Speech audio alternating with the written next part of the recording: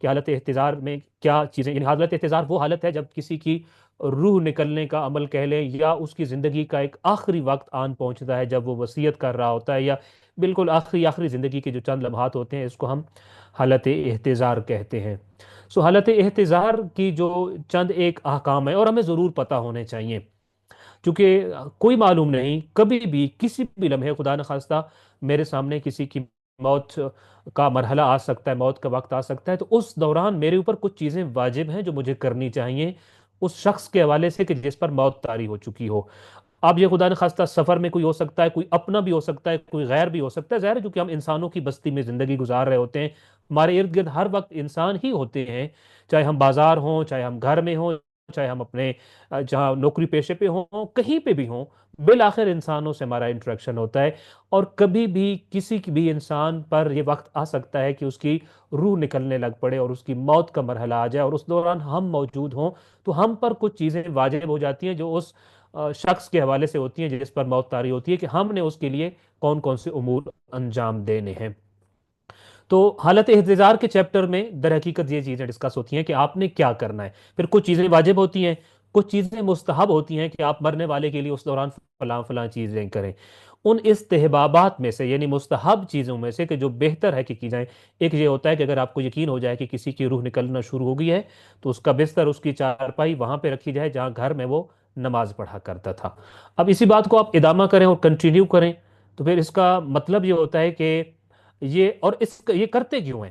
یہ عمل اس لیے کیا جاتا ہے کہ روایات سے جو اس کی وجوہات معلوم ہوئی ہیں وہ یہ ہے کہ اس عمل سے روح نکلنے میں آسانی ہوتی ہے۔ روح نکلنے کا عمل آف کورس بہت مشکل ہوتا ہے۔ یہ پھر سارے چیپٹر چھوٹے چھوٹے کھل رہے ہیں، ان کو آپ متوجہ ہو سکتے ہیں، بعد میں پڑھ سکتے ہیں، سن سکتے ہیں مختلف جگہ سے۔ روح نکلنے کا عمل اتنا مشکل ہوتا ہے کہ آپ نے شاید پی ڈی ایف وہ اسٹڈی کیا ہو، جو ہم نے امیر المومنین علی بن ابی طالب علیہ السلام کی اس قول کو نقل کیا تھا کہ اللہم بارک لی فی الموت، کہ پروردگارہ میری موت کو میرے لیے بابرکت قرار دے، تو اس کے آپ نے فٹ نوٹ میں دیکھا ہو تو نبی کریم صلی اللہ علیہ وآلہ وسلم سے منقول ایک بات وہاں نقل کی گئی ہے کہ جب آپ حالت مرض میں تھے تو آپ کے پاس ایک برتن تھا جس میں پانی بھروایا ہوا تھا، آپ اپنا ہاتھ اس برتن میں ڈالتے تھے اور پھر اس ہاتھ کو، وہ ٹھنڈے ہاتھ کو، پانی والے ہاتھ کو اپنے چہرے اور اپنے سینے پر پھیرتے تھے، اور پھر ایک دعا کرتے تھے اللہم اعنی فی غمرات الموت۔ تقریباً اس سے ملتے جلتے الفاظ ہیں، یا شاید یہی ہوں، مفہوماً عرض کرنا چاہ رہا ہوں، یعنی پروردگارہ روح نکلنے کے مرحلے اور موت واقع ہونے کے مرحلے میں میری مدد فرما۔ سید الانبیاء اس مرحلے میں خالق کائنات سے خصوصی مدد مانگ رہے تھے۔ سید الاوصیاء امیر المومنین علی بن ابی طالب علیہ السلام موت کے وقت کے لیے دعا فرما رہے ہیں کہ میری موت میں برکت پیدا کرنا، برکت فرما پروردگارہ۔ یہ مرحلہ نہایت مشکل ہوتا ہے، اس قدر مشکل ہوتا ہے کہ اس کی جو مثالیں بیان کی گئی ہیں کتب علم اخلاق میں، وہ یقینی طور پر چونکا دینے والی ہیں۔ تو یہ چونکہ مرحلہ مشکل ہوتا ہے، اور یہ مرحلہ مشکل مومنین کے لیے بھی ہو سکتا ہے اور عام لوگوں کے لیے بھی ہو سکتا ہے۔ چونکہ یہ چیپٹر نیا کھل رہا ہے، میں نہیں چاہتا کہ ان باتوں کو کھولوں، چونکہ ہم ان چیزوں کو وگرنہ نہیں ڈیٹیل میں ڈسکس کر سکیں گے۔ بہر صورت، جس کی روح نکل رہی ہو اس دوران اس کے بستر اس جگہ پر لگا دینے سے، اس کی چارپائی اس جگہ پر رکھ دینے سے کہ جہاں وہ نماز پڑھا کرتا تھا، روح نکلنے کے عمل میں آسانی واقع ہو جاتی ہے۔ تو امیر المومنین علی ابن ابی طالب علیہ السلام کا یہ عمل خود کروانا اور کہنا کہ مجھے اس جگہ پر لے جاؤ جہاں میں گھر میں نماز پڑھا کرتا تھا، خود یہ دو چیزیں بیان کرتا ہے۔ ایک تو یہ کہ یہ عمل مستحب ہے، دوسرا یہ کہ یہ مرحلہ بہت مشکل ہوتا ہے، روح نکلنے کا جو مرحلہ ہوتا ہے، کہ امیر المومنین علی ابن ابی طالب علیہ السلام بھی اس دوران کہہ رہے ہیں کہ میری چارپائی وہاں رکھی جائے تاکہ یہ مرحلہ آسانی سے ہو سکے۔ البتہ اس پہ بہت ساری گفتگو ہو سکتی ہے جس کو ابھی ہم نہیں کر سکتے۔ تیسری اہم بات جو اس دوران ہمارے ذہن میں رہے، چارپائی تبھی رکھی جائے گی اس جگہ پر کہ جہاں نماز پڑھتا تھا انسان، اگر وہ نماز پڑھتا تھا تو۔ اس سے ہمیں خاص طور پہ متوجہ کیا گیا ہے کہ ہمیں گھر میں بھی اپنی نماز کی جگہ مختص کرنی چاہیے۔ چوتھی بات، اس سے فوراً ذہن میں ایک سوال پیدا ہوتا ہے کہ میرے پڑوس میں مسجد ہے، مجھے تو حکم دیا گیا ہے کہ تمہاری نماز گھر میں نہیں ہوتی ہے، اخلاقی قواعد کی روشنی میں، فقہی مسائل الگ ہیں البتہ۔ تو میں تو چونکہ مسجد میں جا کے نماز پڑھتا ہوں، تو گھر میں تو ایسی کوئی جگہ ہی نہیں ہے، میں تو نماز، مجھے حکم تھا مسجد میں پڑھا کرو، مسجد کے پڑوسی خاص طور پہ 40 گھروں کے لیے بڑا شدید حکم ہے کہ مسجد میں حاضر ہوں۔ تو پھر میں گھر میں جب یہ وقت ہے تو کیا میری چرپائی مسجد لے جائے گی؟ تو اس کا جواب یہ ہے کہ جو لوگ اپنی ساری نمازیں مسجد میں پڑھتے ہیں ماشاءاللہ وہ بڑے خوش قسمت ہیں، اور وہ واقعتاً لائق تحسین ہیں، اور داد بنتی ہے، بلکہ رشک بنتا ہے ایسے لوگوں کے اس عمل سے۔ ان کو بھی حکم ہے کہ وہ مستحبات جو ہیں نوافل گھر میں پڑھا کریں، اور پھر واجبات جا کر مسجد میں پڑھا کریں۔ نوافل گھر میں پڑھنے سے ایک تو گھر میں برکتیں بھی آئیں گی، دوسرا یہ کہ آپ اپنی نماز کی ایک جگہ بھی مختص کر دیں گے، تیسرا اس کا فائدہ یہ ہوگا کہ جب روح نکلنے کا عمل آئے گا، اور آف کورس کسی دن روح تو نکلنی ہے، تو اس دوران آپ کی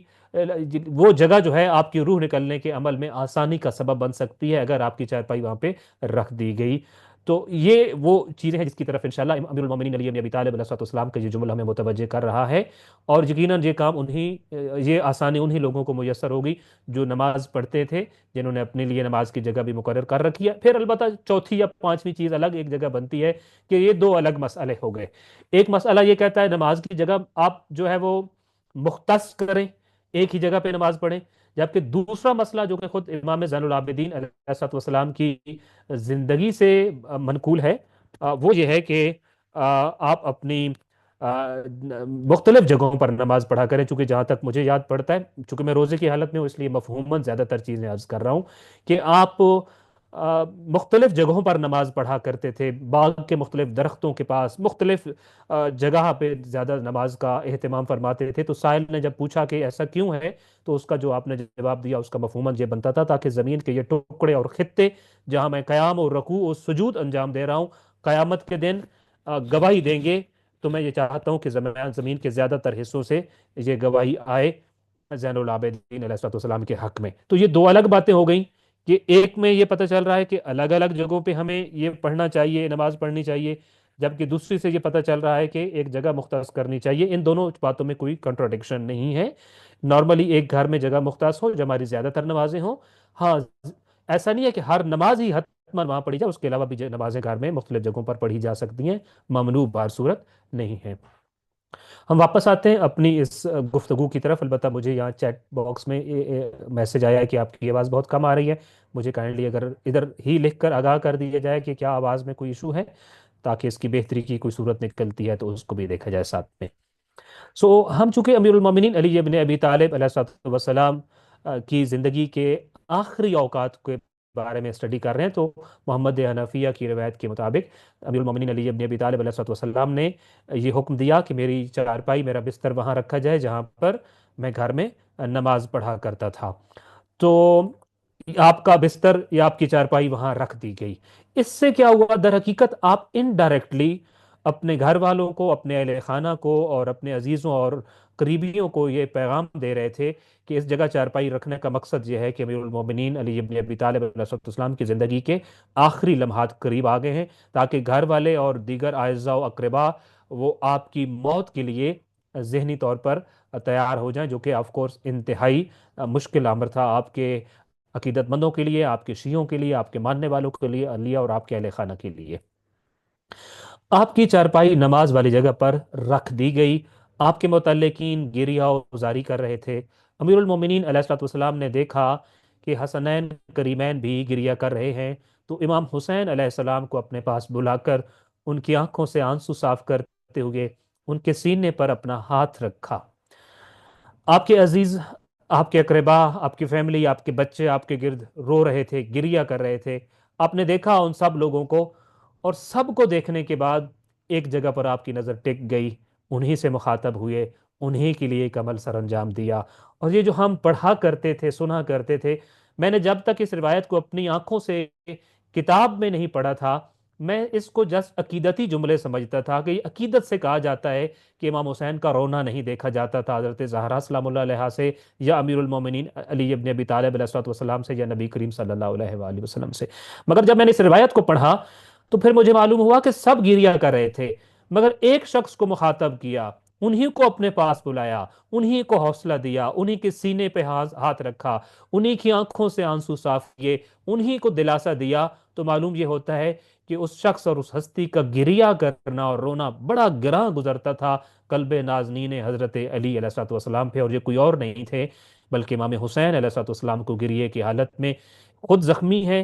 تکلیف میں ہیں، مگر وہ تکلیف شاید کم تھی، اور وہ تکلیف زیادہ محسوس ہو رہی تھی جو امام حسین علیہ السلام کی گریے کی صورت میں امیر المومنین علی ابن ابی طالب علیہ السلام کو پہنچ رہی تھی۔ تو اس لیے امام حسین علیہ السلام کو اپنے پاس بلا کر ان کے آنسو صفا کیے، اور پھر ان کے سینے پہ اپنا مبارک ہاتھ رکھا، اور انہوں کو حوصلہ دیا، اور ان کو کہا یا بنیا ربت اللہ قلبک بالصبر، اے میرے بیٹے خدا تمہارے دل کو صبر عطا کرے، وَأَجْزِلْ لَكَ وَلِأَخُوَتِكَ عظیم الاجر، اس کے بدلے تمہیں اور تمہارے سارے بھائیوں کو عظیم اجر دے۔ یہ جو تم مصیبت دیکھ رہے ہو، اس مصیبت کے بدلے اللہ تمہیں عظیم اجر دے اور تمہارے دل کو صبر سے بھر دے۔ پھر اس کے بعد فرمایا حسین بیٹا تم یوں نہ رہو،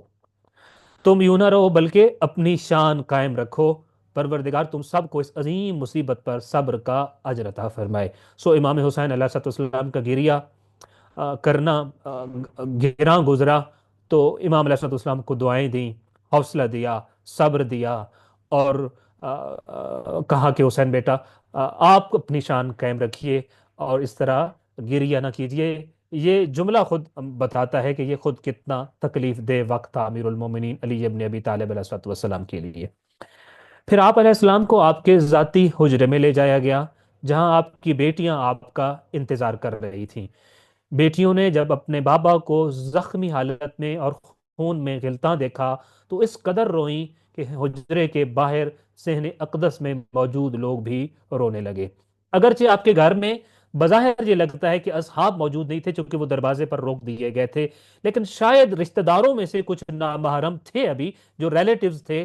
اس وجہ سے آپ کی بیٹیاں کمرے میں انتظار کر رہی تھیں۔ نماز والی جگہ پہ آپ کا بستر کچھ دیر رہا، مگر اس کے بعد کمرے کے اندر لے جایا گیا جہاں آپ کی بیٹیاں آپ کا انتظار کر رہی تھیں۔ اور پھر یہ روایت کہ بیٹیوں نے اس قدر گریہ کیا کہ ان کی آواز صحن میں موجود لوگوں تک آئی، تو اس سے بھی یہ امکان معلوم ہوتا ہے کہ صحن میں آپ کے دیگر رشتہ دار بھی اور ریلیٹیوز بھی موجود تھے۔ بہرحال بابا کو زخمی حالت میں دیکھ کر کوئی بھی بیٹی صبر نہ کر سکے، اور بابا اگر امیر المومنین حضرت علی علیہ السلام سے ہوں جیسے ہوں تو یقینی طور پر بیٹیوں کے لیے صبر کرنا بہت مشکل تھا، اور پھر زخمی حالت بھی یہ ہو اور چہرہ خون سے بھرا ہوا ہو، سر شگافتہ ہو،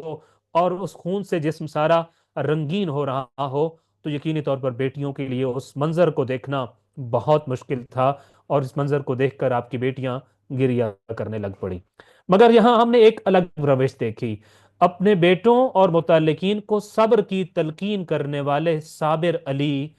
اپنی بیٹیوں کا گریہ دیکھ کر صبر نہ کر سکے اور رو پڑے۔ جب تک بیٹوں کو دیکھ رہے تھے صبر کی تلقین کر رہے تھے، جب تک دیگر متعلقین کو دیکھ رہے تھے، صحابہ کو دیکھ رہے تھے، ہر ایک کو صبر کرنے کی تلقین کر رہے تھے، گریہ نہ کرنے کی باتیں کر رہے تھے۔ مگر جب اپنی بیٹیوں کو گریہ کرتے دیکھا تو خود بھی گریہ کرنے لگ پڑے، خود بھی رو پڑے۔ وفاظت دموع امیر المومنین علیہ السلام عند ذالکا، جناب زینب کبریٰ کو روتے ہوئے دیکھا، جناب ام کلثوم کو گریہ کناں دیکھا، اپنی بیٹیوں کو آہو زاری کی حالت میں دیکھا، تو آپ کے آنسو آپ کے رخسار اقدس پر رواں ہو گئے۔ اور آپ حالت دیکھیے، وَجَعَلَ يُقَلِّبُ طَرْفَهُ، کبھی دائیں دیکھتے کبھی بائیں دیکھتے، اپنی نگاہوں کو دائیں بائیں پھیرنے لگے۔ وَيَنظُرُ إِلَىٰ أَهْلِ بَيْتِهِ وَأَوْلَادِهِ، جب دائیں بائیں دیکھا تو اپنی اولاد کو غم و اندوہ میں ڈوبا ہوا پایا، تو رہا نہ گیا۔ ثم دعا الحسن والحسین علیہ السلام، حسن و حسین علیہ السلام کو بھی حجرے کے اندر بلا لیا، وجعل يحضنهما ويقبلهما، ان کو گلے لگا کر ان کو بوسے دے کر پھر روتے رہے۔ لوگ کہتے ہیں آپ کیوں روتے ہیں،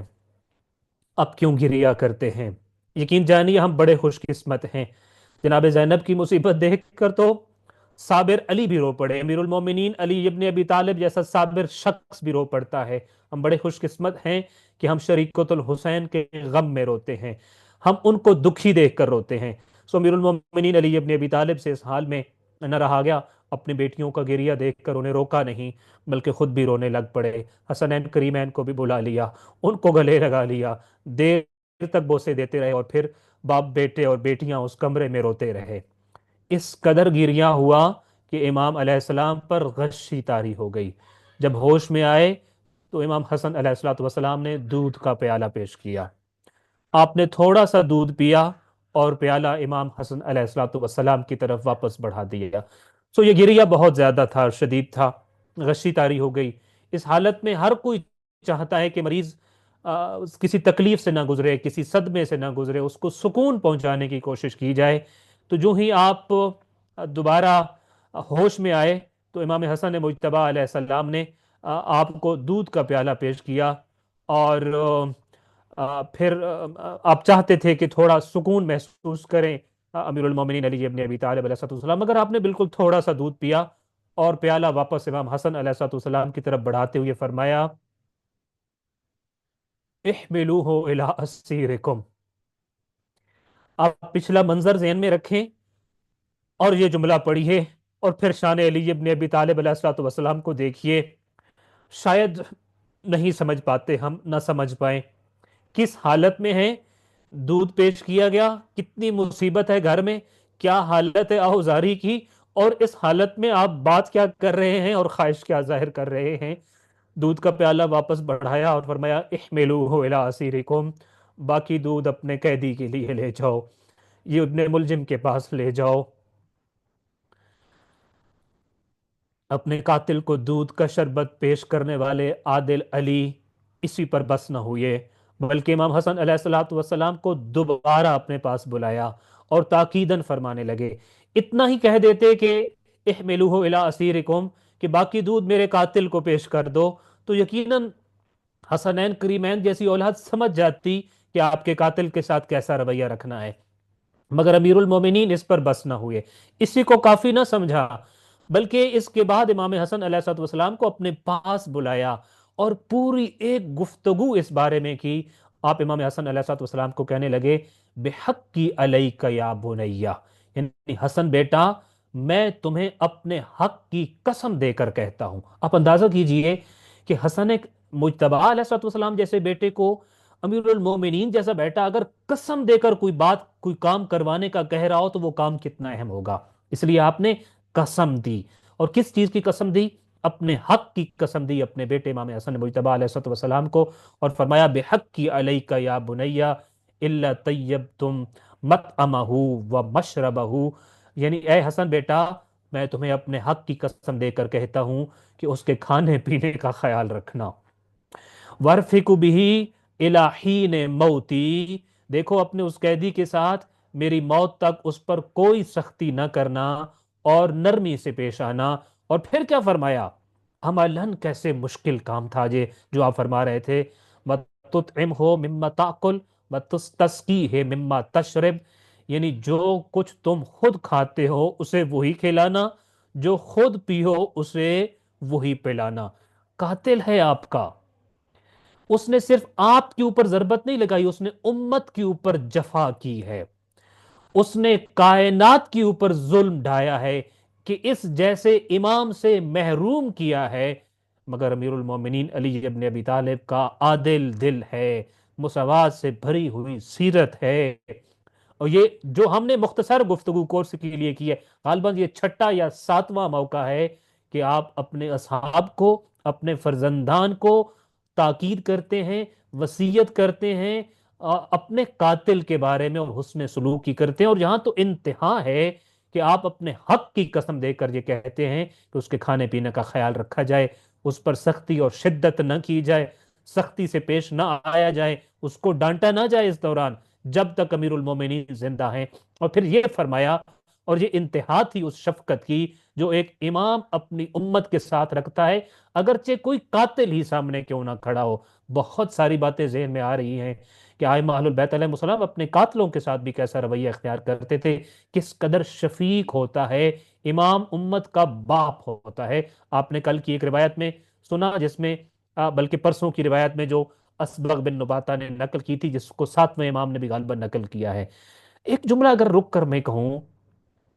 کہ امام اتنا شفیق ہوتا ہے تو یقیناً رشک آ رہا ہوگا۔ اگر ہم اس زمانے میں ہوتے، امام کتنے شفیق ہوتے ہمارے اوپر۔ اس رشک کو ایک اور نظر سے دیکھتے ہیں، میرے اور آپ کے امام بھی تو ہیں، ان کی وہ شفقت بھی تو ہمارے ساتھ ہے۔ شاید ہم متوجہ نہ ہوں، شاید ہم رابطے میں نہ ہوں، شاید خدا نخواستہ میرا تعلق اس امام سے ٹوٹا پڑا ہو،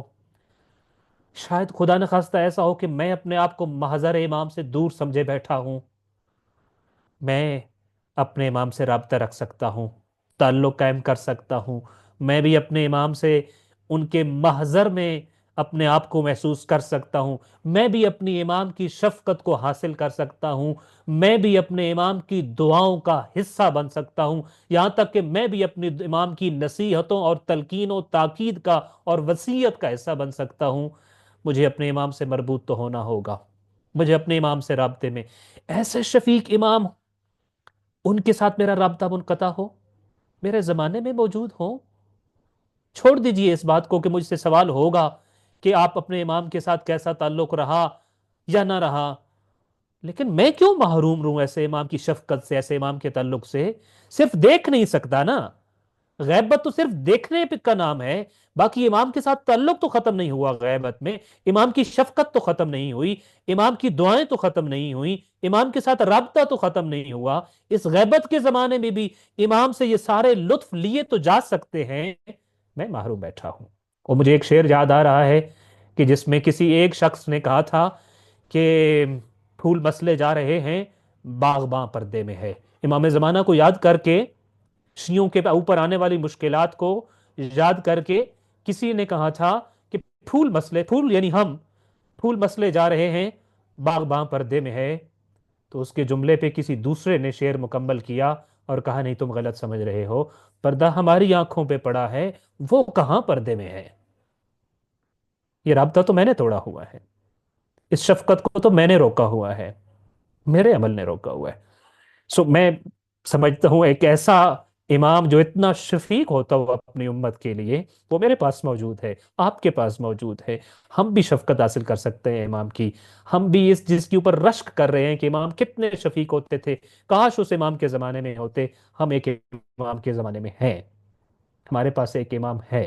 اور انشاءاللہ امید کرتا ہوں ہم اپنے رابطہ برقرار رکھیں گے، قائم رکھیں گے، امام کی شفقت کے قابل بنیں گے، امام کی دعا کے قابل بنیں گے۔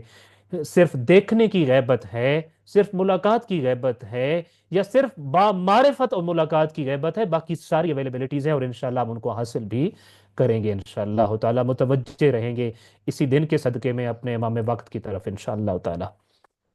آپ نے اپنے حق کی قسم دی، اپنے قاتل کے ساتھ بھی شفقت، میرے زندہ ہونے تک اس کے کھانے پینے کا خیال رکھنا، دیکھو یہ بھوکا پیاسا نہ رہے اس دوران، تم میری طرف متوجہ رہو اور یہ بھوکا پیاسا رہے، ایسا نہیں ہونا چاہیے۔ میرے جینے تک اس پر سختی نہ کرنا، اس کو ڈانٹنا نہیں، جو خود کھانا اس کو کھلانا، جو خود پینا وہی اس کو بھی پلانا۔ اپنے قاتل کے ساتھ آپ کا یہ رویہ قیامت تک اہل حق کو، انصاف کو حیرت زدہ اور انگوشت بدندان کرتا رہے گا۔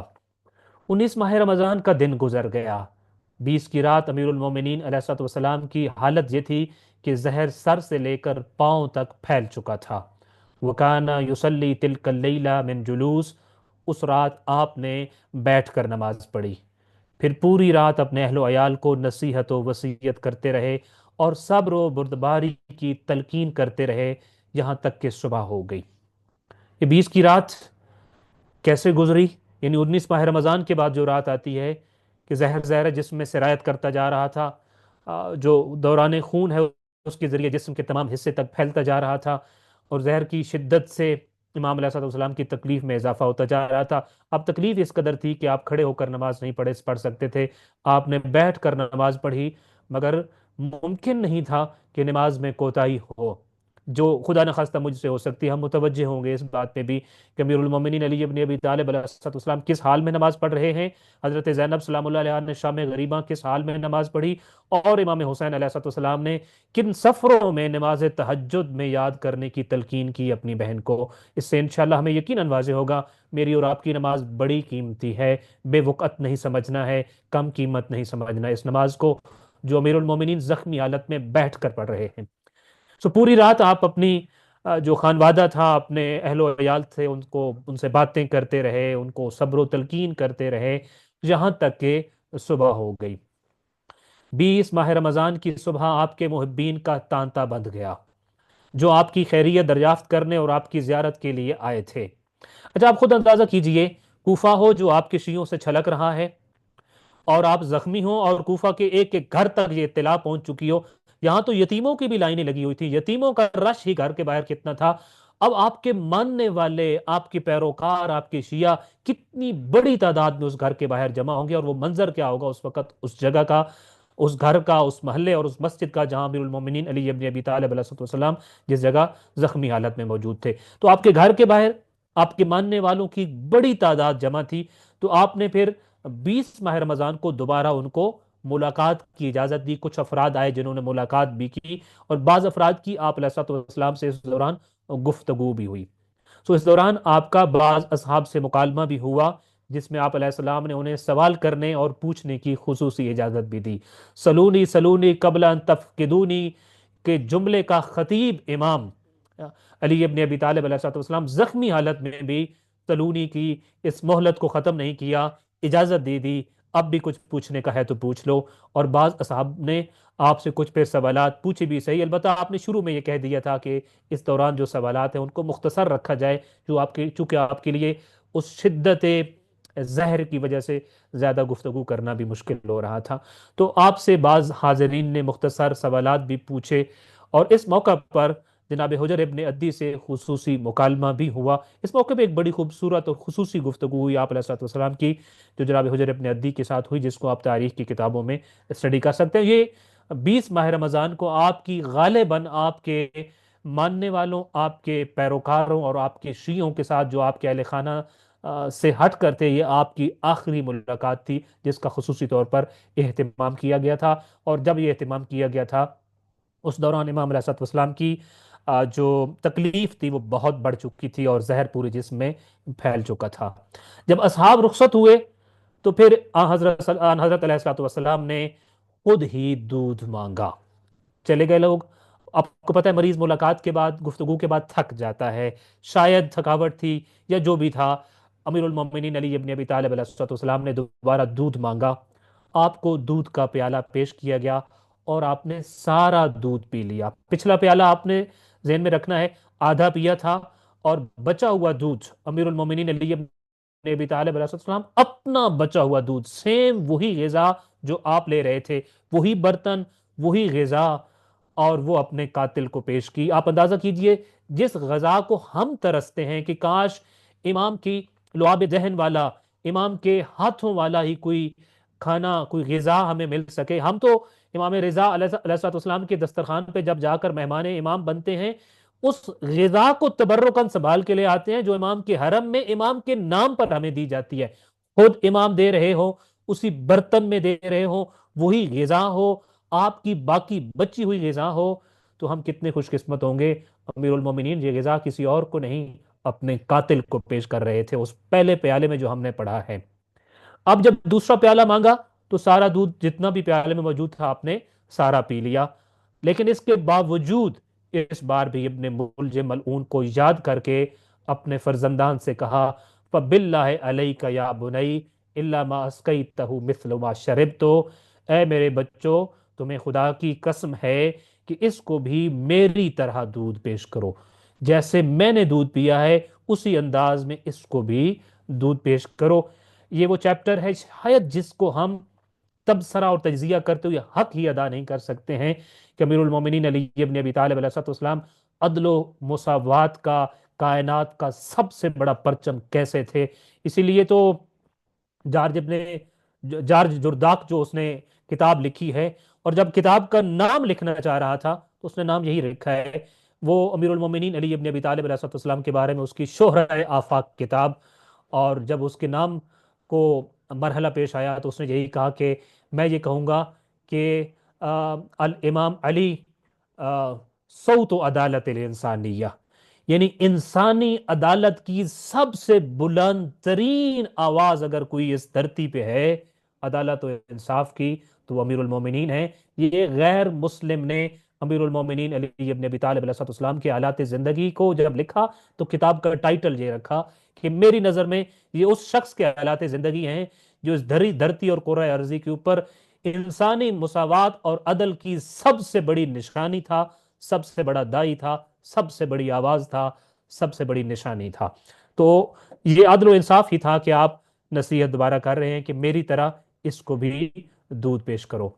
پھر فرمانے لگے الا وانہ آخر رزق فی الدنیا،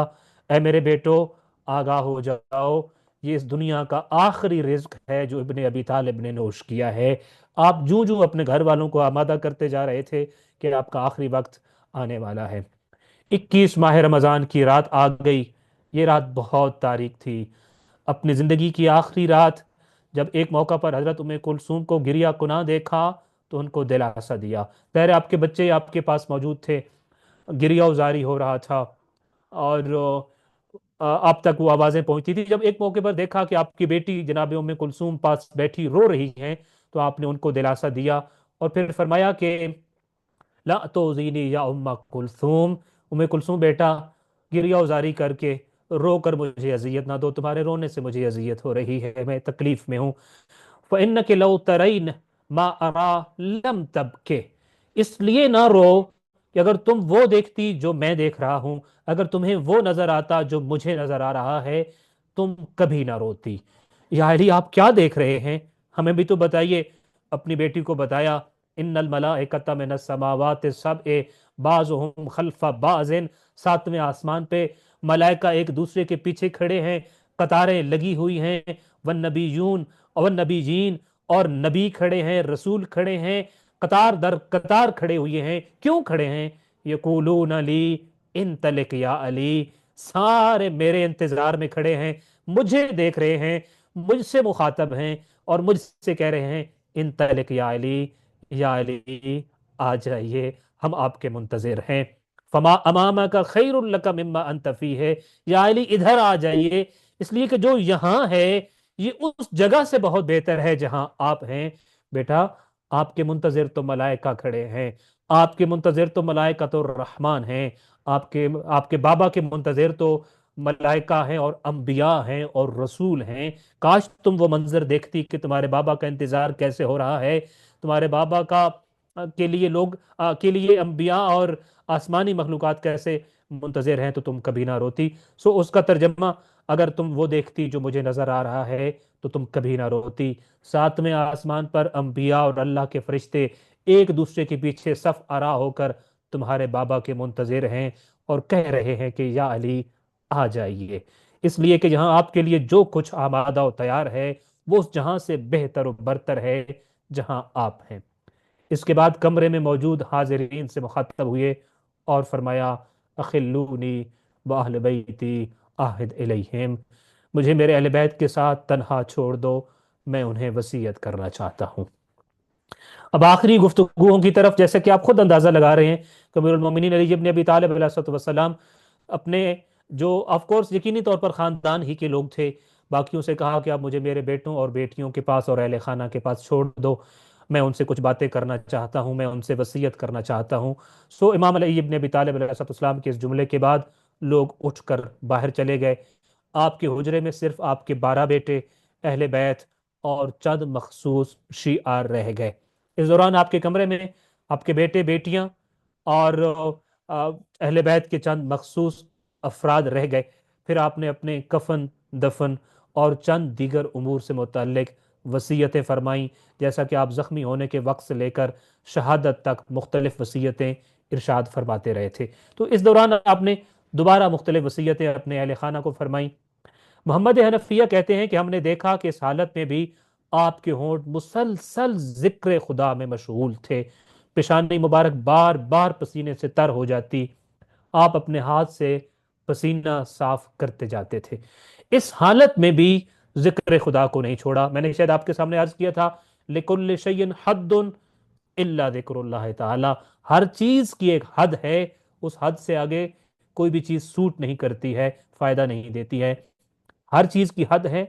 الا ذکر اللہ تعالی، ذکر پروردگار اللہ عز و جل کے ذکر کی کوئی حد نہیں ہے۔ تبھی تو امیر المومنین اس حالت میں بھی لگاتار ہونٹ ہل رہے ہیں، ذکر خدا میں مصروف ہیں۔ محمد حنفیہ کہتے ہیں کہ میں نے دیکھا میرے بابا کی پیشانی پر بار بار پسینہ آتا ہے اور آپ اس پسینے کو اپنے ہاتھ سے صاف کرتے جاتے ہیں۔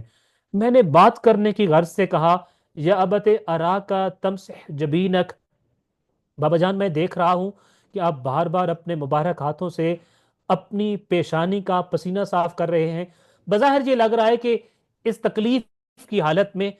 جناب محمد حنفیہ بات کرنے کے بہانے سے یہ بات کر رہے تھے کہ بابا آپ کی پیشانی پیشانی پر پسینہ آ رہا ہے، بار بار آ رہا ہے، اور آپ اس پسینے کو صاف کر رہے ہیں اور میں یہ اس منظر کو دیکھ رہا ہوں. آپ علیہ السلام نے وقت موت کے منظر کو بیان کرتے ہوئے مجھ سے فرمایا، اے فرزند، میں نے تمہارے جد رسول اللہ صلی اللہ علیہ وآلہ وسلم کو فرماتے ہوئے سنا تھا کہ، میں اس روایت کو بعد میں عرض کرتا ہوں، دو باتیں پہلے عرض کریں گے انشاءاللہ تعالی. ایک تو یہ کہ آپ اس چھوٹے سے اس مضمون میں جو ہم تیسرا دن پڑھ رہے ہیں، اور بہت میں بار بار عرض کر رہا ہوں، ہم نے اس کو بہت اختصار کے ساتھ لکھا ہے چونکہ ہمارے پاس اس کورس کی کتاب تھی، سلیبس کی کتاب تھی، ہمارے پاس وسعت اتنی نہیں تھی کہ ہم تفصیل سے یہ باتیں لکھ سکتے. اور میں اب بھی جب میں آپ کے پاس کلاس میں آنے سے پہلے چند چیزوں کو دیکھ رہا ہوتا ہوں اور بعض دیگر مطالب کو میں گزرتا ہوں جو میرے سامنے رہے اور میں یہاں نہیں لکھ سکا تو میرا دل کہتا ہے کاش میں ان کو بھی لکھ سکا ہوتا. ہم بہت اختصار سے لکھ رہے تھے. اس مختصر گفتگو میں بھی آپ کتنی مرتبہ دیکھ چکے ہیں، صرف ان 3 دنوں کی روداد، ابھی تیسرا دن بھی نہیں آیا، ان 2 دنوں کی روداد میں آپ بار بار دیکھ رہے ہیں کہ امیر المومنین علی بن ابی طالب علیہ السلام بات بات پر ذکر مصطفیٰ کر رہے ہیں، نبی کریم صلی اللہ علیہ وآلہ وسلم کی پیروی کی بات کر رہے ہیں، ان کے نقش قدم پر چلتے ہوئے ان کی تعلیمات کی بات کر رہے ہیں. آپ یقیناً اور حقاً عاشق مصطفیٰ تھے، عاشق نبی تھے. آئیے اس خیرات کو در علی سے لیں گے، امیر المومنین کے در سے یہ لیں. ہمیں بھی عاشق نبی بننا ہوگا، ہمیں بھی عشق مصطفیٰ اپنے دلوں میں جگانا ہوگا اور سجانا ہوگا انشاءاللہ تعالی. معذرت کے ساتھ شاید ہم اس قدر متوجہ نہیں ہوتے اس چیز کی طرف. یقین جانیے بہت بڑی کوتاہی ہے، بہت بڑی کمی ہے جس کا احساس ہوتا ہے. ذکر مصطفیٰ، عشق مصطفیٰ، اس امت کو، اس مکتب کو بڑھانا ہوگا جس میں انشاءاللہ میں اور آپ موجود ہیں، اور اس کا آغاز میں اور آپ کریں گے انشاءاللہ تعالی. ان دنوں کی نیاز کے طور پر، ان دنوں کے پیغام کے طور پر میں نے اور آپ کو یہ دیکھنا ہے کہ جس علی کا نام ہم اٹھتے بیٹھتے لیتے ہیں، وہ علی اٹھتے بیٹھتے زخمی حالت میں اور بات بات پہ اپنے امام، اپنے نبی، اپنے استاد نبی کریم صلی اللہ علیہ وآلہ وسلم کا ذکر کرتے تھے. تو ہمیں انشاءاللہ اس ذکر سے، اس عشق سے اپنے دلوں کو معطر کرنا ہے، متوجہ ہونا ہے انشاءاللہ، اور خوب متوجہ ہو رہے ہوں گے آپ بار بار امیر المومنین علی ابن ابی طالب علیہ السلام کے، نبی کریم صلی اللہ علیہ وآلہ وسلم کے ذکر کرنے سے. محمد حنفیہ نے بات یہ کی کہ آپ کی پیشانی پر پسینہ آ رہا ہے اور میں دیکھ رہا ہوں کہ آپ بار بار صاف کر رہے ہیں. تو پھر آپ نے نبی کریم صلی اللہ علیہ وآلہ وسلم کی ایک روایت سنائی اس پر بھی کہ یہ پسینہ کیوں آتا ہے. آپ نے فرمایا، ان المؤمن اذا نزل به الموت ودنت وفاته، جب مومن پر موت کا وقت آ جاتا ہے، اس کی وفات کا وقت آ جاتا ہے، جدائی کا وقت آ جاتا ہے، ارق جبینہ، تو اس کی پیشانی پر پسینہ پھوٹتا ہے، اس کی پیشانی پسینے سے شرابور ہو جاتی ہے، اور اتنا پسینہ آتا ہے، وسارا کاللؤلؤ الرطب، تو وہ گویا ایسے لگتا ہے لؤلؤ کے تازہ موتی ہیں جو اس کی پیشانی پر ہیں. وَسَكَنَ أَنِينَهُ، اس دوران اس کے درد کو سکون مل جاتا ہے، تکلیف کو سکون مل جاتا ہے. آخر وقت کوئی بھی مومن جب اس کو موت کا وقت آتا ہے، جدائی کا وقت آتا ہے، وفات قریب ہوتی ہے، تو اس دوران 2 نشانیاں بتائیں امیر المومنین علی بن ابی طالب علیہ السلام نے کہ جب موت قریب آتی ہے 2 کام ہوتے ہیں: پیشانی پر پسینہ پھوٹتا ہے، اور مرض جتنا بھی شدید ہو، مریض جتنی بھی تکلیف میں ہو، مرض میں شدت تکلیف میں کمی واقع ہو جاتی ہے، سکون مل جاتا ہوتا ہے. تو محمد حنفیہ کو کہنے لگے، یہ جو تم پسینہ دیکھ رہے ہو یہ کون سا پسینہ ہے؟ یہ مجھے نبی کریم صلی اللہ علیہ وآلہ وسلم بات بتا گئے تھے، یہ پسینہ کب آتا ہے اور یہ کیسا پسینہ ہوتا ہے، اور اس دوران درد کی تکلیف میں بھی کمی ہو جاتی ہے. اور گویا کہ آپ یہ بتا رہے تھے کہ یہ جو پسینہ آ رہا ہے یہ اب بالکل موت کا وقت ہوا چاہتا ہے، اور اس موت کے دوران جو ہے وہ پسینہ آنا ایک کو کہہ لیجئے امر خدا ہوتا ہے. اس دوران جو مریض ہوتا ہے اس کو قدر سکون آنا. آپ نے اکثر دیکھا ہوگا، آپ نے لوگوں سے سنا ہوگا، مریض کی ہم داستانیں سنتے ہیں نا کہ مریض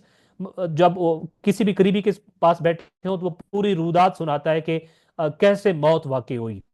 تو اکثر بیشتر آپ نے سنا ہوگا کہ کتنے دنوں سے کچھ کھایا پیا نہیں تھا، لیکن موت سے تھوڑی دیر پہلے پانی خود مانگا مجھے کوئی چیز کھانے کے لیے دو، کافی بہتر محسوس کیا، فلاں فلاں باتیں ہم سے کی، اور پھر اچانک سے دوبارہ حالت بگڑ گئی. تو یہ در حقیقت یہ جو بات ہے اس کو امیر المومنین علی ابن ابی طالب علیہ الصلوۃ والسلام نے بیان کیا کہ یہ چیز جو ہے یہ موت کی علامت ہوتی ہے۔ میں نے ایک اور چیز، بلکہ آپ کے پاس انشاءاللہ یہ حاشیے میں آ رہی ہوگی، اس میں ولید ابن سبی ایک شخص ہیں، وہ یہ کہتے ہیں کہ میرے ساتھ میں سفر حج پہ گیا، اور امام جعفر صادق علیہ الصلوۃ والسلام کے ایک غلام تھے آیون،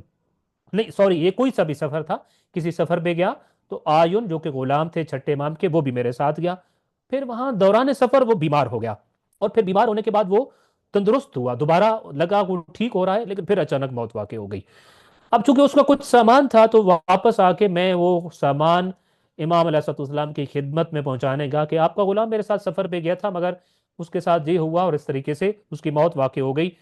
اور پھر میں یہ سامان پہنچانے آیا ہوں۔ پھر اس دوران وہ امام علیہ الصلوۃ والسلام کو بتاتا ہے کہ ہوا یہ کہ وہ بیمار ہوا، اور بیمار ہونے کے بعد وہ ٹھیک ہو گیا، اور حیران کن طور پر پھر اس کی دوبارہ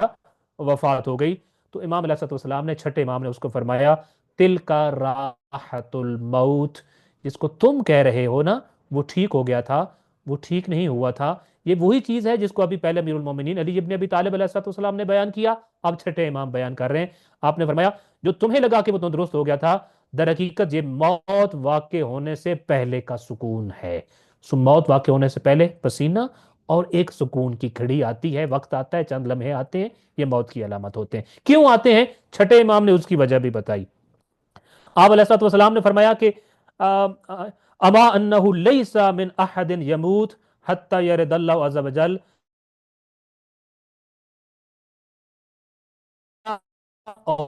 اوتارا کا، یعنی امام علیہ الصلوۃ والسلام نے فرمایا ولید ابن سبیح کو کہ آگاہ ہو جاؤ کہ موت واقع ہونے سے قبل اللہ ہر کسی کو اس کی سماعت، بصارت اور عقل،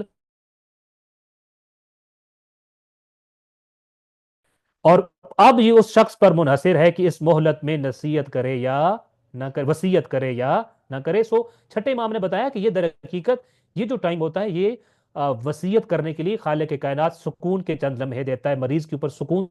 طاری ہوتا ہے، درد میں کمی آتی ہے، مرض میں کمی آتی ہے، اور اس دوران مریض جو تھوڑا محسوس کرتا ہے سکون، جس کے آپ یقیناً شاہد رہے ہوں گے، وہ در حقیقت وصیت کی فرصت ہوتی ہے، وصیت کی مہلت ہوتی ہے۔ تو امام علیہ الصلوۃ والسلام نے یہ بتایا، اور میرا اور آپ کا مشاہدہ ہے کہ موت سے چند لمحے پہلے ہم دیکھتے ہوتے ہیں، تو یہ جو وقت ہے در حقیقت کس چیز کے لیے؟ وصیت کرنے کے لیے ہے۔ اور انشاءاللہ تعالی اللہ تعالی ہمیں بھی موت کی ہولناکیوں سے محفوظ رکھے، اور ہمیں بھی اس دوران اپنی اچھی وصیت چھوڑ کر جانے کی توفیق عطا فرمائے۔ میں چاہتا تھا میں وصیت کے بارے میں بھی چند باتیں آپ سے شیئر کروں، لیکن وقت کی قلت ہمیشہ آڑے آ جاتی ہے۔ ایک بات ضرور عرض کرتا ہوں، یاد رکھیے وصیت کرنا واجب ہے، اور اگر کوئی وصیت کیے بغیر اس دنیا سے چلا جائے تو احادیث میں اس بات کو اچھا نہیں سمجھا گیا، جن کو میں وقت کی قلت کے سبب یہاں بیان نہیں کر سکوں گا، مگر احادیث اس امر کو اچھا نہیں سمجھتی ہیں کوئی وصیت کرے بغیر مر جائے۔ اب چونکہ ناگہانی موت بھی واقع ہو سکتی ہے، اس کے لیے آپ اپنی وصیت لکھ کر رکھیں، وقتاً فوقتاً اپنی وصیت تبدیل کرتے رہیں، اور اگر تب ہی موت واقع ہو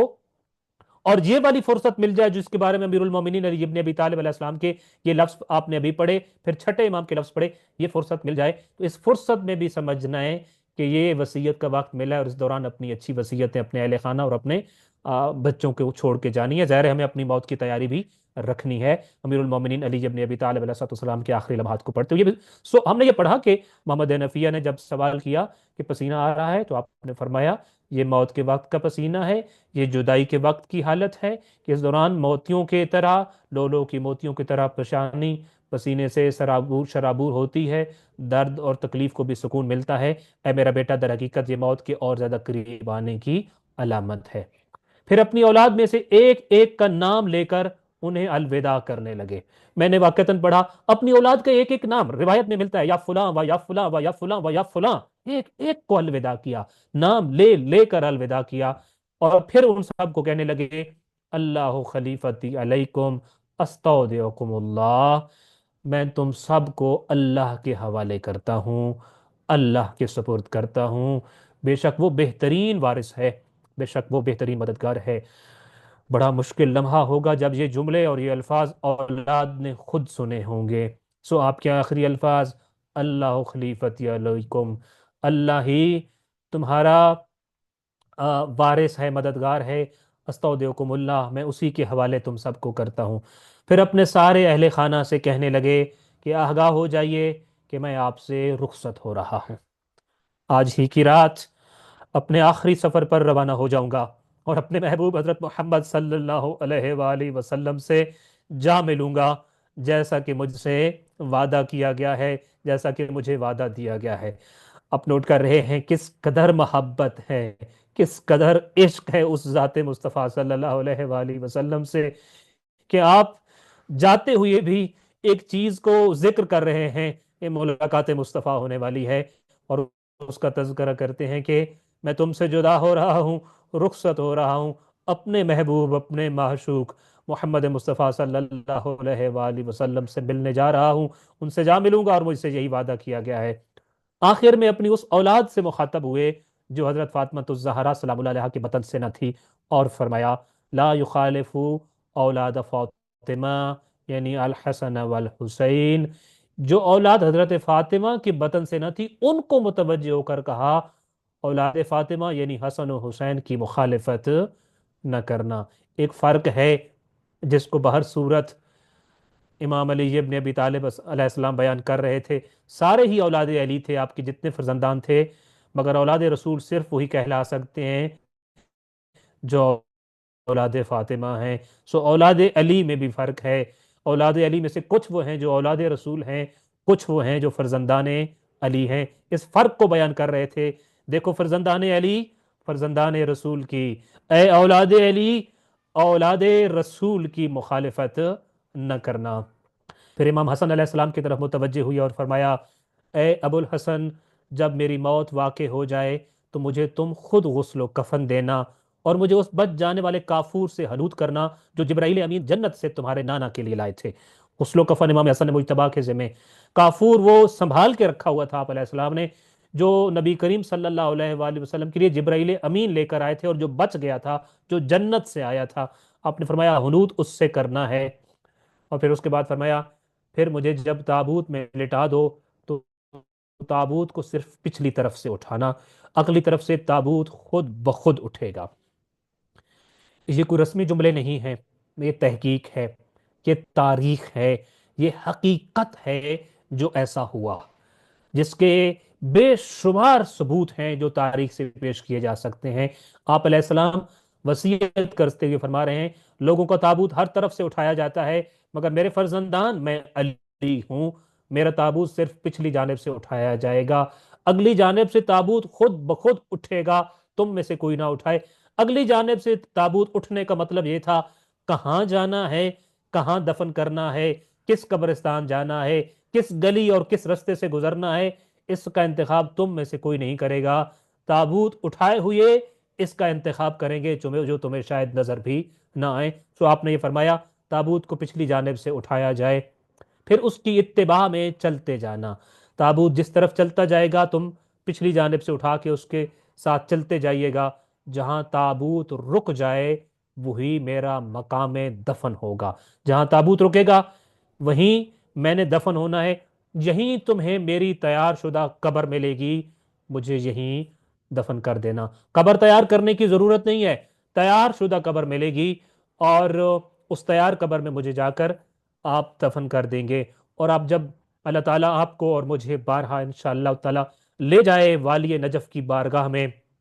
اور وہاں ہم ذریعہ مقدس امام علی علیہ السلام کے سامنے کھڑے ہو کر کہیں السلام علیکہ وعلی ضجیعیک آدم و نوح، اے امیر المومنین آپ پر سلام ہو، آپ کے پڑوسیوں، آپ کے دائیں اور بائیں سوئے ہوئے آدم اور نوح پر سلام ہو۔ یہ وہی جگہ تھی جہاں پہلے حضرت آدم اور حضرت نوح دفن ہو چکے تھے، یہ وہی قبر تھی جو حضرت نوح علیہ السلام نے خود تیار کی تھی امیر المومنین علی ابن ابی طالب علیہ السلام کے لیے، جیسا کہ روایات میں ملتا ہے۔ سوال ایک اگرچہ مربوط نہیں لیکن پھر بھی بتاتا جاؤں، یہ خاص طور پہ اس جگہ کو مختص کیا گیا تھا ان تین ہستیوں کے لیے۔ طوفان نوح میں چند ایک جگہوں پر یہ کشتی رکی تھی، کعبۃ اللہ والی جگہ پر رکی تھی، ایک اور جگہ رکی تھی جہاں حضرت نوح کو ایک تابوت ملا تھا، حکم ملا تھا یہ تمہارے باپ آدم کی کا تابوت ہے، اس کو اپنے پاس رکھ لو۔ اور پھر حضرت نوح علیہ السلام نے اس تابوت کو اپنی کشتی میں رکھ لیا اور وہاں آ کر حکم خدا سے دفن کیا، جہاں آج روضہ علی ہے۔ اور پھر حضرت نوح کی جب وفات ہوئی، انہوں نے اپنی زندگی میں ایک قبر تیار کی تھی حضرت علی ابن ابی طالب علیہ السلام کے لیے۔ حضرت نوح کی وفات کے بعد حضرت آدم کے پڑوس میں ان کو دفن کیا گیا، ان کی قبر کے ساتھ دفن کیا گیا، اور پھر تیسری ہستی وہاں امیر المومنین علی ابن ابی طالب علیہ السلام دفن ہوئے۔ اسی لیے یہ وہ سلام ہم کرتے ہیں جو میں نے ابھی اب پڑھا، السلام علیکہ وعلی وجیعیک آدم و نوح۔ جب آپ جا کر والی نجف کی بارگاہ میں حاضر ہوتے ہیں، آپ صرف زوار امیر المومنین نہیں ہوتے، آپ زوار حضرت آدم بھی ہوتے ہیں، زوار حضرت نوح بھی ہوتے ہیں، بلکہ میں یوں کہوں آپ نے کائنات کے قدیم ترین قبرستان میں اس ٹائم کھڑے ہوتے ہیں جہاں کائنات کا اس پہلا فرد دفن ہے، جہاں بنی آدم کا باپ حضرت آدم علیہ السلام دفن ہے، جہاں آدم ثانی حضرت نوح علیہ السلام دفن ہے۔ وادی السلام اور امیر المومنین کا حرم، اس دھرتی کا قدیم ترین قبرستان جہاں امیر المومنین کی تیار شدہ قبر، اور جس قبر کو حضرت نوح نے تیار کیا، جس کی وصیت امیر المومنین امام حسن مجتبیٰ کو کر رہے ہیں، یہاں تمہیں میری تیار شدہ قبر ملے گی، مجھے یہیں دفن کر دینا۔ آپ کے فرزندان نے آپ کی وصیت کے عین مطابق آپ کی تجہیز و تکفین اور تدفین کا اہتمام کیا، اور وہیں پر امیر المومنین علی ابن ابی طالب علیہ السلام کی تدفین ہوئی جس جانب آپ نے متوجہ فرمایا تھا۔ والسلام علیکم ورحمۃ اللہ وبرکاتہ۔ السلام علیکہ یا امیر المومنین یا وصی رسول اللہ صلی اللہ علیہ وآلہ وسلم۔ اسی کے ساتھ ہمارا آج کا چیپٹر جو ہے وہ مکمل ہوتا ہے، اور ہم نے جو باتیں تھیں زخمی علی کی باتیں جس کو ہم نے کہا، وہ چیپٹر بھی کلوز ہوتا ہے، اور مختصر سی روایت تھی جو ہم نے اس دوران کی ہے۔ امید ہے انشاءاللہ اس سے میں نے اور آپ نے اپنی زندگی کے لیے بہت ساری چیزیں ایسی ہوں گی جو سیکھی ہوں گی، اور جن کی طرف ہم انشاءاللہ اپنی زندگی کا جن کو ہم حصہ بنائیں گے۔